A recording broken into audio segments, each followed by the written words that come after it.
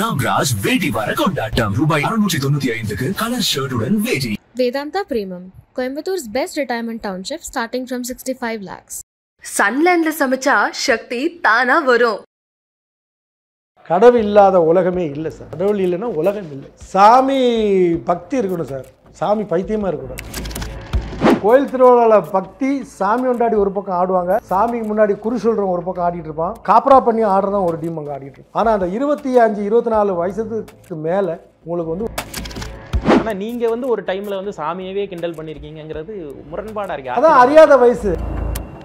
சாமி பக்தி உள்ளவங்க அனைவருக்கும் சாமி வராது. உண்மையான ஒரு அனுகிரகம் இருக்கணும், உங்கள் மேலே ஒரு பாசம் இருக்கணும், நீங்கள் அந்த தொண்டு பண்ணி இருக்கணும். அப்படி ஒரு சேவை பண்ணுறவங்க ஒரு சில குடும்பத்தாருக்கு உடலமாட சாமியா நான் என்ன நினச்சிக்கிறேன், கருப்ப சாமியா என்ன நான் நினச்சிக்கிறேன், அதனால நான் ஆடுறேன், இந்த மாதிரி தான் ஆடுறாங்க அப்படின்னு சொல்லக்கூடியவங்களுக்கு நீங்கள் சொல்ல. அந்த சாமிகள் வந்து ஆவியாக வந்து சிலவங்களை வந்து அதை குலசேகரம் பட்டம் முத்தாராமன் கோயில் வந்து யாரெல்லாம் வேண்டுதல் பண்ணி ஆணாக இருந்தாலும் பெண்மையாகத்தான் அங்கே இருக்கணும். அப்போ நீங்கள் ஆடும்போது உங்களுக்குள்ளாடி ஆமாம்.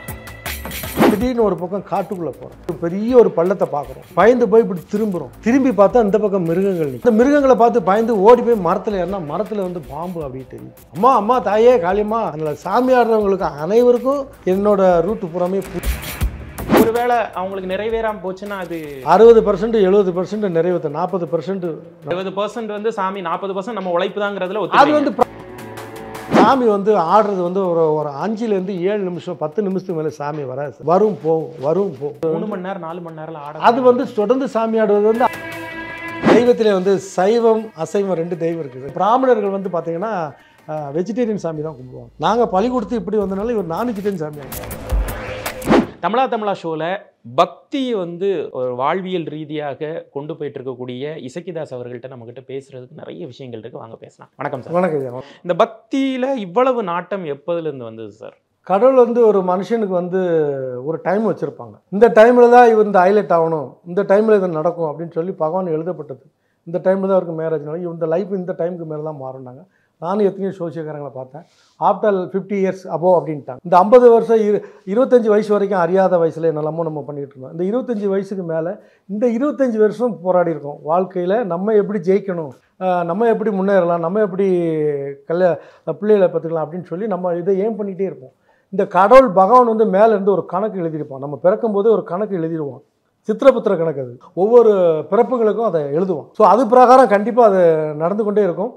அதில் இறப்பு வாழ்க்கை எல்லாமே நடக்கும். சரி, அதில் மாற்றம் கிடையாது. அதையும் விதியை மதி வெல்லலாம். ஸோ உங்கள் வாழ்க்கையில் வந்து கைண்ட் ஆஃப் ஒரு 25 வயசுக்கு மேலே தான் நீங்கள் வந்து இந்த பக்தி உள்ளே வர்றீங்களா? அதுவரை உங்களுக்கு வந்து இந்த சாமியெல்லாம் பார்க்குறப்ப என்ன தோணுச்சு, அதுக்கு பிறகு என்ன தோணுச்சு? அந்த 25 வயசு வரைக்கும் அவங்க வந்து அது விளையாட்டாக தான் தெரிஞ்சுது.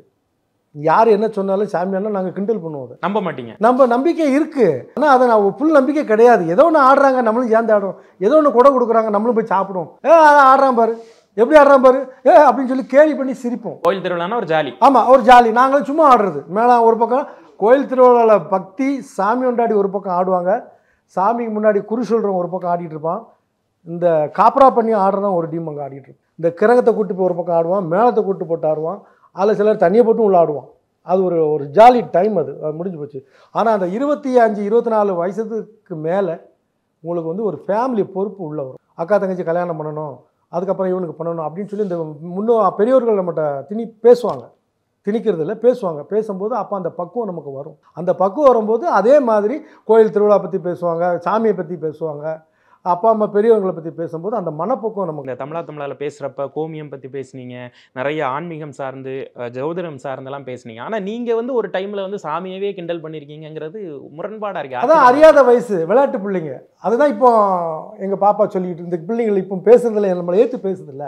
இதுங்க அதை அதிகம் அறியாமல் தான் பேசும். அவங்களும் ஒரு வயசு வர்றப்ப அவங்க கண்டிப்பாக அவங்களுக்கு ஒரு வயசு வரும்போது ஒரு பக்குவம் கிடைக்கும். அதில் ஒரு சில பேர் சாமி ஆடக்கூடிய வாய்ப்புகளும் இருக்குது. வாழ்வாதாரத்துக்கு என்ன பண்ணிட்டு இருக்கீங்க? அது ஆன்மீகம் சார்ந்து வேற விஷயங்கள் ஏதாவது பண்ணிட்டு இருக்கீங்களா? ஆரம்பத்தில் விவசாயத்தில் இருந்து தான் சார் வந்தோம். விவசாயத்தில் வந்து பார்த்தீங்கன்னா ஆடு மாடு இதெல்லாம் வளர்ப்போம். அப்போ அந்த பக்கம் யாராவது பெரியவர்கள் பெரிய பிராமணர்கள் அவங்கெல்லாம் வந்தாங்கன்னா அந்த பசுமாட்டை அப்படி தொட்டு இப்படி கும்பிடுவாங்க. பிராமணர்கள் வந்து பார்த்தீங்கன்னா அவங்கெல்லாம் வந்து அந்த பசுவை வந்து தொட்டு கும்பிடுவாங்க. அவங்க வந்து அந்த சாதத்தை முதல்ல வந்து அவங்க சாதத்தை சாப்பிட மாட்டாங்க. ஒன்று காக்காய்க்கு போடுவாங்க, இல்லைன்னா பசுவுக்கு கொடுப்பாங்க, இல்லை அதுக்கப்புறம் ஏழைகளுக்கு கொடுப்பாங்க. சரிங்களா? அதுக்கப்புறம் தான் அவங்களுக்கு அந்த சாதத்தை சாப்பிடுவாங்க. அந்த பசு இப்படி சாணம், கோமியம் இது எல்லாமே மருத்துவ குணம் சம்மந்தப்பட்டது. சாமிக்கு முக்கியமான ஒரு ஸ்தலம் அது. நீங்கள் சாணத்தை எடுத்து அப்படியே தட்டி காய வச்சு, அதுதான் சார் இன்றைக்கி விபூதி. சிவனுக்கு பட்டை போடுறோம்ல, அதை எடுத்து தான் சார் அதுலேருந்து வாசனையை சேர்த்து தான் சார் விபூதி போடுறோம். அந்த கோமியத்தில் இருந்து எடுத்து நிறைய மருத்துவ குணங்களாக இருக்குது. நம்ம வீட்டில் தொளிக்கிறோம். ஒரு நல்ல கடாச்சாரம் வரணும் அப்படின்னு சொல்லி வீட்டு முன்னே தொளிப்பாங்க. கொசு கிசு இதெல்லாம் கொஞ்சம் வராத லெவலில் அந்த கிருமிநாசிலுக்கு சமம். இப்போ நீங்கள் அப்படி சொல்லுங்கள், அதெல்லாம் வந்து அதை தொளிப்பாங்க. ஸோ இதெல்லாம் சேர்ந்து உங்களை வந்து ஒரு பக்திமானா மாற்றிடுச்சு. திருவிழானாலே சாமி ஆடுறது, வில்லுப்பாட்டு வச்சு சாமி ஆடுறது, அதனுடைய தாற்பயம் என்ன? அதிலிருந்து நம்ம வந்து மக்களுக்கு வந்து மதமோ இல்லை ஒரு ஆன்மீகமோ உணர்த்துற செய்தி என்ன? எல்லா மதத்திலையும் அந்த இவங்க சர்ச்சுக்கு போகிறவங்க சர்ச்சில் போய் ப்ரேயர் பண்ணுவாங்க. அவங்க அந்த இடத்துல அவங்களுக்கு கடவுள் அவங்க மேலே இறங்குறாங்க. அதுக்கு தகுந்த இந்த மேலே அடிப்பாங்க, மேலே தாளம், வில்லு, கச்சேரி. அந்த சாமியோட வரலாறை பாடுறாங்க. அந்த பாடகர் வந்து அந்த வில்லு இசைக்காரங்க வந்து சாமியோட வரலாறை பாடும்போது கண்டிப்பாக அந்த சாமி பக்தி உள்ளவங்க அனைவருக்கும் சாமி வராது. நீங்கள் எத்தனை லட்ச ரூபா கொடுத்தாலும் உங்கள் மேலே சாமி வராது. உண்மையான ஒரு அனுகிரகம் இருக்கணும், உங்கள் மேலே ஒரு பாசம் இருக்கணும், நீங்கள் அந்த தொண்டு பண்ணி இருக்கணும். அப்படி ஒரு சேவை பண்ணுறவங்க ஒரு சில குடும்பத்தாருக்கு தான் அந்த சாமி வந்து ஆடும். நம்ம அந்த சாமி நிலை நம்ம நினச்சிக்கிறோம், அதனால் நம்ம மாறிடுறோம் அப்படின்னு சொல்லக்கூடிய நபர்கள் இருக்காங்க இல்லையா? இருக்கிறாங்க சார். இப்போ நான் வந்து சுடலமாட சாமியாக நான் என்ன நினச்சிக்கிறேன், கருப்பசாமியாக என்ன நான் நினச்சிக்கிறேன், அதனால் நான் ஆடுறேன் அப்படின்னு ஒரு அந்த மாதிரி தான் ஆடுறாங்க அப்படின்னு சொல்லக்கூடியவங்களுக்கு நீங்கள் சொல்ல. இப்போ சுடலமாட சாமி கோயில் அப்படின்னா, இப்போ கருப்பசாமி கோயில் அப்படின்னா, அந்த கருப்பசாமி அப்படின்னு சொல்லி ஒரு சிலையை அவங்க வந்து ஆரம்பத்திலே உருவாக்கி அதில் கொண்டு வைக்கிறாங்க. அவருக்கு பேர் கருப்பசாமி. அது எங்கேருந்து வந்துன்னா, கருப்பசாமி எங்கேருந்து ஐயப்பன் கோயில் அங்கேருந்து தான் கருப்பசாமி கீழே இறங்கி அப்படியே வராரு. பேச்சியம்மாள் எங்கேருந்து வந்தார்னா, மலை அடிவாரத்தில் குற்றாலத்திலிருந்து தான் அப்படியே வந்தது. அது வந்து வனப்பேச்சின்னு அது ஒரு கோயிலிருந்து அங்கேருந்து ஏதாவது பொருளை எடுத்துகிட்டு வந்து அதுக்கப்புறம் அது வந்து கனவில் வந்து நினைவில் வந்து இதெல்லாம் சில சஞ்சரிப்பெல்லாம் கொடுத்து அந்த சாமிகள் வந்து ஆவியாக வந்து சிலவங்களை வந்து அதை படுத்தி. ஒரு ஆனால் நீங்கள் இருக்கீங்க, உங்களுக்குள்ளாடி ஒரு பெண் வந்து சாமி ஆடுறதா நீங்கள் நினைக்கிறீங்க இல்லையா? அன்றைக்கி சாமி வருது இல்லையா? அது வந்து ஒரு முரண்பாடாக இருக்குது. ஏன்னா வழக்கமாக ஆண் சாமின்னா ஆண்கள் மட்டும்தான் ஆடுவாங்க. அண்ட் நிறைய கோயில்களில் பெண்கள் சாமி ஆடுறது, அதுவும் இந்த மாதிரி கிராமப்புற கோயில்களில் கொஞ்சம் கம்மியாக இருக்கு. குலசேகரம் பட்டம் முத்தாராமன் கோயில் வந்து உண்மையிலே ஒரு பெரிய ஒரு சவுத்தில் வந்து பெரிய ஒரு சக்தி வாய்ந்த அம்மன். சரிங்களா? அந்த அம்மனுக்கு வந்து யாரெல்லாம் வேண்டுதல் பண்ணி அவங்க வந்து அந்த இதை பண்ணுறாங்களோ, அவன் ஆணாக இருந்தாலும் பெண்ணாக இருந்தாலும், அவன் ஆணாக இருந்தாலும் பெண்மையாகத்தான் அங்கே இருக்கணும். அப்போ நீங்கள் ஆடும்போது உங்களுக்குள்ளாடி ஆமாம் அவன் ஆணாக இருந்தாலும் அம்பாள் சாமி கும்பிட்டு விரதம் இருக்கணும், கோயிலுக்கு போனோம்னா அவன் வந்து பெண்ணாக மாறிடுவான். பெண்ணாக மாறும்போது காலில் கடுக்கம் போடுவான், கையில் வளையல் போடுவான், காலில் தண்டை போடுவான், சேலைகளை மாற்றி கட்டுவான், இடுப்பில் வேஷ்டிக்கு போல வேறு மாதிரி சேலை கட்டுவான். அவன் வந்து அம்பாளுடைய பக்தன் அப்படின்னா நான் இப்படி தான் இருக்கணும், அப்போ தான் புல் நம்பிக்கை அவனுக்கு. அதனால் அவன் ஆண் வந்து பெண்மையாக மாறி வேஷம் போடுவோம். அது நிறைய பேர் கிண்டல்லாம் பண்ணுவாங்க. சிமிக்கியை போட்டுக்கிட்டு கம்மலை போட்டுருக்காங்க. அது அம்பாளுடைய அனுக்கிரகம். இப்போ உங்கள் கனவுல வந்து சாமி இந்த மாதிரி ஒரு விஷயம் வந்து பண்ணாங்க, உங்களுக்கு மறக்கவே முடியாது அப்படின்னு ஏதாவது ஒரு விஷயம்? நிறைய கனவுகள்லாம் வந்திருக்கு. திடீர்னு ஒரு பக்கம் காட்டுக்குள்ளே போகிறேன். காட்டுக்குள்ளே எதுக்கோ போகிறேன். நான் காட்டுக்குள்ளே ஆடு மேய்க்கிறேன். பசுவில் நீங்கள் ஸ்கூல் டைமில் ஆடு மாடெல்லாம் மேய்க்கிறோம். அப்போது ஒரு பக்கம் காட்டுக்குள்ளே போகிறோம். காட்டுக்குள்ளே போகும்போது பார்த்தீங்கன்னா திடீர்னு ஒரு பெரிய ஒரு பள்ளத்தை பார்க்குறோம். அந்த பள்ளத்தை பார்த்தோன்னே பயந்து போய் இப்படி திரும்பி பார்த்தா இந்த பக்கம் மிருகங்கள் நிற்கிது. சரின்னு சொல்லிட்டு அந்த மிருகங்களை பார்த்து பயந்து ஓடி போய் மரத்தில் ஏறினா மரத்தில் வந்து பாம்பு அப்படி தெரியுது. சரிங்களா? அப்போது அந்த பயம் வந்து எனக்கு தோணுச்சு. உண்மையிலே அந்த பயம் தோணும் போது நைட்டில் நான் வந்து கத்துறேன், அம்மா தாயே காளியம்மா ஈஸ்வரியே அம்மான்னு சொல்லி கத்துறேன், தன்னால் கத்துறேன். ஏன் அப்படின்னா, நம்ம கோயிலில் சாமி ஆடுவோம், நம்ம சாமி நம்மளை காப்பாற்றுது, நம்ம பிள்ளைகள் நல்லா இருக்குன்னு சொல்லி நம்ம முன்னோர்கள் அதை நம்ம கண்ணில் காமிச்சிட்டாங்க. அந்த மெயின்டு செட் ஆகி அந்த கனவுல அம்மா தாயே யார் இங்கே பாடணுன்னா டக்குன்னு முடிச்சிட்டேன். பக்கத்தில் இருக்கவங்களாம் தட்டி பார்த்து என்னப்பா அப்படின்னாங்க. அப்படிங்கும்போது ஒன்றும் இல்லை அப்படிங்கும்போது, என்ன காளியம்மா அந்தம்மான்னு சொல்லி கத்துறதா என்னடா நடந்தது, போங்க காலைல பேசுகிறேன் அப்படின்னு சொல்லி காலையில் எங்கள் அம்மா கேட்டாங்க. அதை அந்த மாதிரி சொல்லியிருந்தேன். சின்ன வயசில் ஒரு 12 வயசு இருக்கும். சின்ன வயசுல இது மாதிரி நடந்தது. ஓரளவுக்கு உங்களுக்கு இந்த சாமியெல்லாம் நீங்கள் ஆட ஆரம்பிச்சு இந்த கடவுளை உணர்ந்தீங்கன்னு சொல்கிறீங்க இல்லையா? அதுக்கு பிறகு இந்த சாமியோட கம்யூனிகேட் பண்ணுவாங்க, சாமியோட பேசுகிற மாதிரியெல்லாம் கனவுகள் வந்திருக்கா? ஆற்றுல வெள்ளம் வந்துட்டு இருக்கு. நாங்கள் வந்து விவசாயம் பார்க்குறது என்னோட இது அந்த மெயின் செட்டிங்கில் இருக்கும். ஆற்றுல வெள்ளம் வருது. ஆற்றுல வெள்ளம் வந்தோடனே நாங்கள் என்ன பண்ணோம், எப்போதும் இந்த நார்மலாக இருக்கும்போது அந்த ஆத்தாங்கரையில் இங்கேருந்து அங்கே டைவ் அடிப்போம், அங்கேருந்து அங்கே டைவ் அடிப்போம். ஸோ அப்படி நாங்கள் டைவ் அடித்து போயிட்டு இருக்கும்போது அந்த மெயின் செட்டு போயிட்டே இருக்குது. திடீர்னு பார்த்தா ஒரு நாள் வந்து சுற்றி தண்ணி, குளத்துலேயும் தண்ணி, இந்த பக்கம் குளம் இந்த பக்கம் ஆறு, எல்லாமே சுற்றி தண்ணி ஆகிட்டு எல்லோரும் அப்படியே மரம் செடி கொடியெல்லாம் அடித்து பிடிக்கிட்டு போயிட்டே இருக்குது. அதில் ஒரே ஒரு மரம் மட்டும் அரச மரம் சார். அந்த அரச மற்ற மரத்தில் அப்படி பிடிச்சி ஆட்டிட்டு போது அந்த அரச மரத்தில் வந்து விழுறு, ஆலமரத்தில் வந்து விழுறு தொங்கும் பார்த்தீங்களா, அப்படியே அடித்து போயிட்டே இருக்குது. அப்போ பேசவே முடியல. நான் எந்த சாமியை கும்பிட்றேன், யாரை கும்பிட்றேன், அப்பா அம்மா யாருமே பேச முடியல. தண்ணி உருட்டிட்டு போயிட்டுருக்கு. போகும்போது அந்த அரச மரத்தை அப்படி தாண்டும் போது அந்த விழுறு இருந்தது சார். அந்த விழுரை பிடிச்சி தொங்கிட்டு அப்படி முழிச்சு பார்த்தா ஒரு கோயிலுக்குள்ளே தண்ணி போய் இழுத்துட்டு போகிற மாதிரி இருக்குது. அப்போ நமக்கு அந்த அம்மன் வந்து கண்ணில் தெரிஞ்சோன்னா அந்த இடத்துல நான் வேண்டுதல் பண்ணேன். இப்படி பிடிச்ச மாதிரிக்கே முடிச்சாச்சு. ஆனால் வந்து உங்களுக்கு அது நிஜத்தில் நடந்த மாதிரி ஆயிட்டு. அது ஒரு ஆனால் அந்த மாதிரி ஒரு கோயில் எங்கள் ஊரில் இருக்குது. அந்த மாதிரி ஒரு கோயில் இருக்குது. அந்த கோயிலுக்குள்ளே தண்ணி வந்தது. அது பேர் காட்டு காளியம்மன் கோயில். இப்போ பயப்படுவாங்கல்ல, ஐயா ஏதாவது வாழ்க்கையில் நம்ம தப்பு செஞ்சால் சாமி வந்து கொடையில் வந்து கேட்கும் நம்மக்கிட்ட அப்படிங்கிற மாதிரியெல்லாம் அந்த மனிதர்கள்லாம் நீங்கள் கடந்து வரும். இப்போ நீங்களே அப்படி தான் இருப்பீங்கன்னு நினைக்கிறேன். ஸோ இது வந்து உங்களுடைய வாழ்க்கை நெறிய எந்த அளவுக்கு அப்படியே ஒழுக்கம், மனிதர்கள் தப்பு பண்ணால் சாமி வந்து கேட்கும் அப்படின்றது வந்து ஒரு சின்ன நம்பிக்கை தான், சரிங்களா? அதனால் சாமி வீட்டில் போய் கேட்காது, அவனை போய் எல்லாம் போய் அவனை சொல்லாது. அப்படி ஒரு நம்பிக்கையில் இருக்க போய் தான் மனுஷன் வந்து ஒழுக்கத்தில் இருக்கிறான். இல்லைன்னா எந்த நேரத்தில் என்ன தப்பு வேணாலும் பண்ணிட்டு போயிடுவோம். அது மீறி நிறைய தப்புகள் நடக்கலாம். அதை வந்து நம்ம முன்னோர்கள் பெரியவர்கள் அந்த சாமிக்கு முதல்ல படப்பு வைக்கணும், நீ சுத்த பத்தியாக குளிச்சுட்டு வா, எதுவும் சாப்பிட்றாத அப்படின்ட்டுலாம் சொல்லி நம்மளை வளர்க்குறாங்க. அதனால் அந்த ஒரு பக்தியோடு நம்ம இருந்து அந்த பரிகாரம் செஞ்சால் அந்த சாமிக்கு பண்ணது நமக்கு ஒரு பிரயோஜனம். ஹைகோர்ட் மகாராஜா ஆமா இருக்காங்க ஒரு சாமி. அதை பற்றியான நிறைய வாய்வழி கதைகள் நிறைய கேட்டு தெரிஞ்சிருக்கும். என்ன அப்படின்னா அந்த சாமி வந்து ஏதோ கோர்ட்ல போய் சாட்சி சொல்லி. இப்போ வந்து திருநெல்வேலி மாவட்டத்தில் வந்து தாமிரபரணி ஆத்தாங்கர ஓரத்தில் சிவலப்பெரி அப்படின்றது ஒரு கோயில் இருக்கு. அதில் வந்து பார்த்தீங்கன்னா அந்த பேச்சியம்மாள்னு ஒரு சாமி இருக்கும். அதனுடைய குழந்தைகள் அப்படின்னு சொல்லி தான் அந்த சுடலை மாட சாமி, சப்பானி மாட சாமி, இப்படி நிறைய சாமிகள்லாம் இருக்கும். அதில் சின்ன தம்பி இந்த மாதிரிலாம் சாமிகள்லாம் இருக்கும். அப்போ அந்த காலத்தில் வந்து அந்த சாமிகளை வச்சு படம் போட்டு பெரிய லெவலில் கும்பிட்டுருக்காங்க. அது தென் மாவட்டத்தில் பெரிய ஒரு நம்பிக்கை. சிவலப்பெரி பாண்டியன் ஒரு படம் எடுத்தாங்க. அந்த கோயிலில் உண்மையிலே வந்து நிறைய பக்தர்கள் வந்து சாமி கும்பிட்டு போகும்போது அவங்க அந்த ஃபேமிலிக்குள்ளே ஏதோ ஒரு சொத்து பிரிவுனா ஏதோ ஒரு பிரச்சனை நடந்தது. அந்த பிரச்சனைக்கு வந்து இவருக்கு சாட்சி சொல்லதுக்கு யாருமே வரல. ஏன்னா இது வந்து சாதாரண ஒரு குடும்பத்தை சார்ந்தவர், அது பெரிய குடும்பம். ஸோ நான் அதோட விரிவாக்கம் கேட்டிங்கன்னா நானே தெரிஞ்சுக்க வேண்டியிருக்கு, நிறைய தெரிஞ்சுக்க வேண்டியிருக்கு, ஓரளவு தெரியும். அப்படி சொல்லும்போது வந்து பார்த்தோன்னா அந்த குடும்பம் ரொம்ப உருவுது.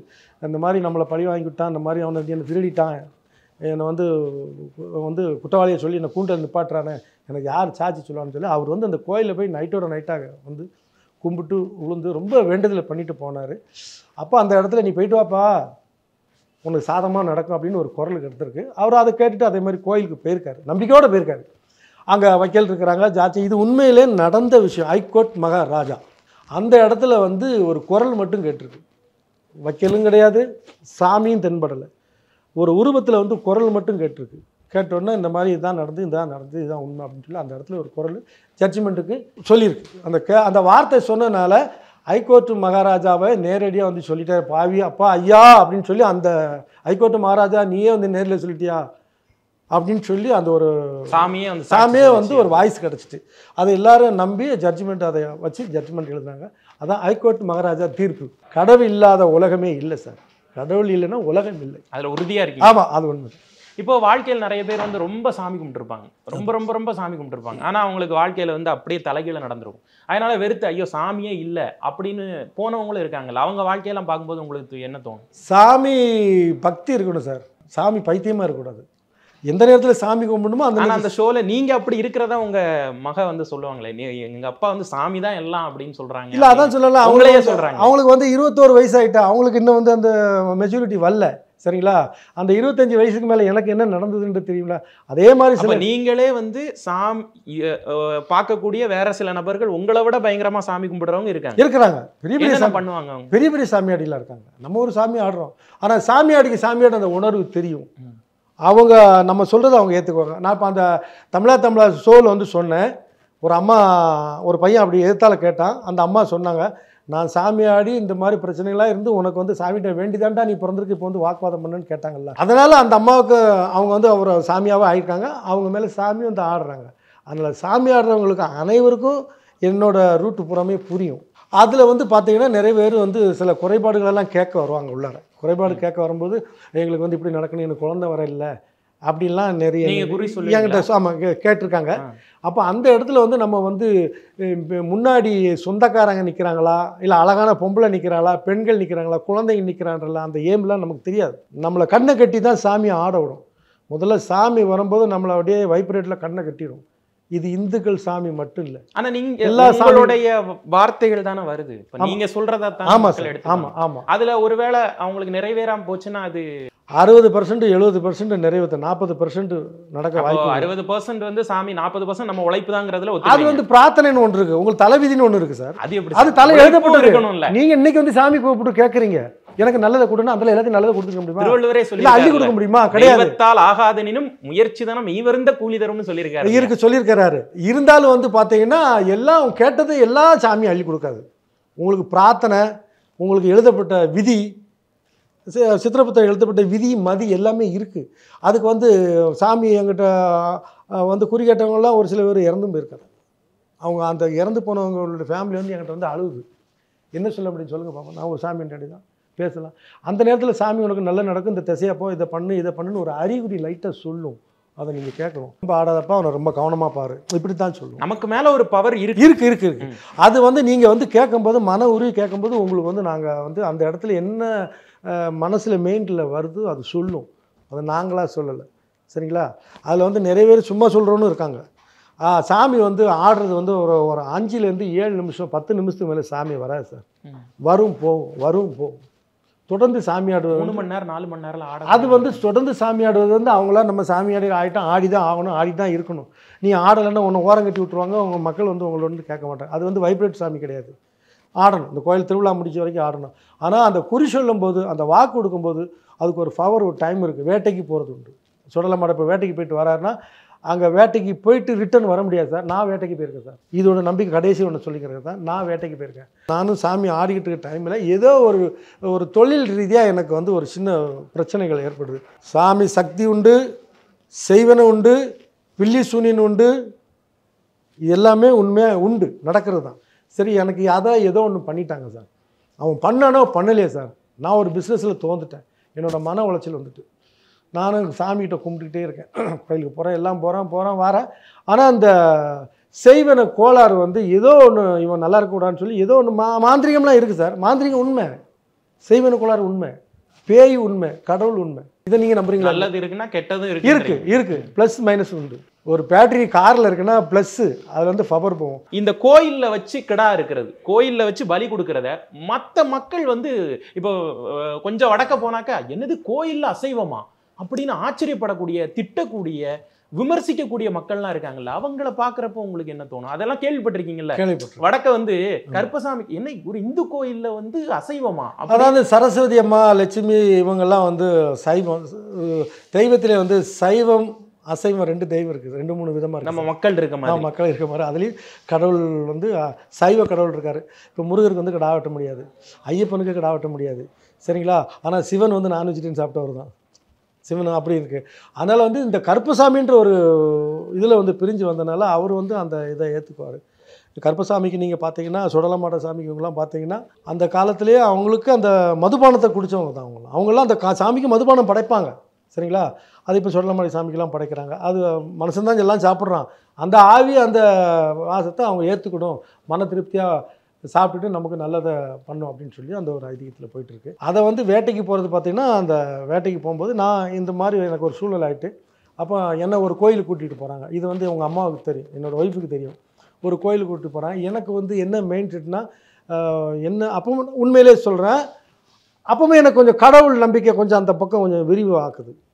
என்ன சாமி, என்ன கடவுள், எப்படி இந்த நம்ம எப்படிலாம் சாமி கும்பிட்டு எப்படியா சாமி, நமக்கு இந்த நிலையா, நமக்கு மெயின் சரியில்லை, ஒரு மாதிரி உடம்பு சரியில்லை, ஒரு மாதிரியா இருக்குது அப்படின்றது எனக்கே அது ஏற்படுது.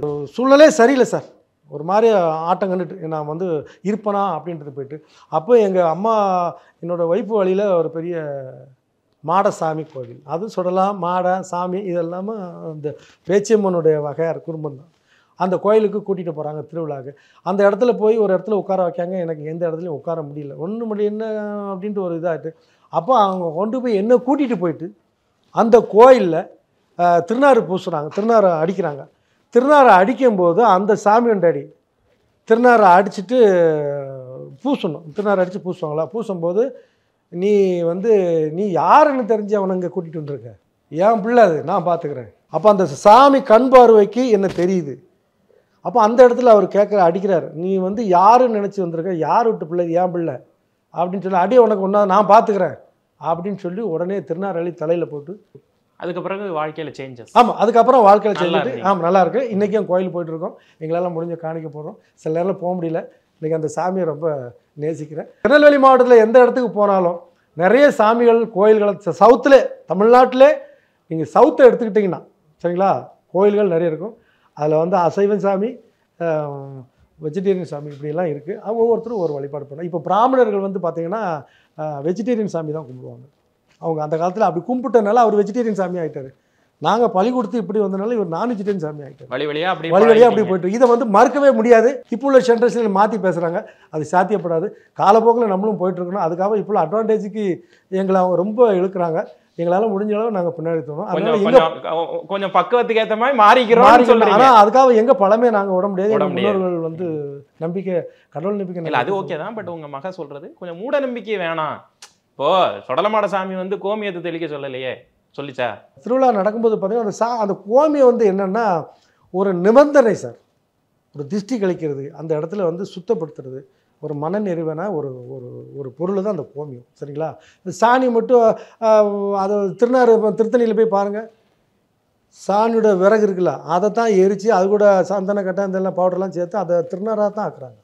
சரிங்களா? அதே மாதிரி கோமியமும் அது ஒரு நல்ல ஒரு சுத்தமான பொருள், ஒரு நிபந்தனையான பொருள், நல்ல விருத்தியான பொருள்.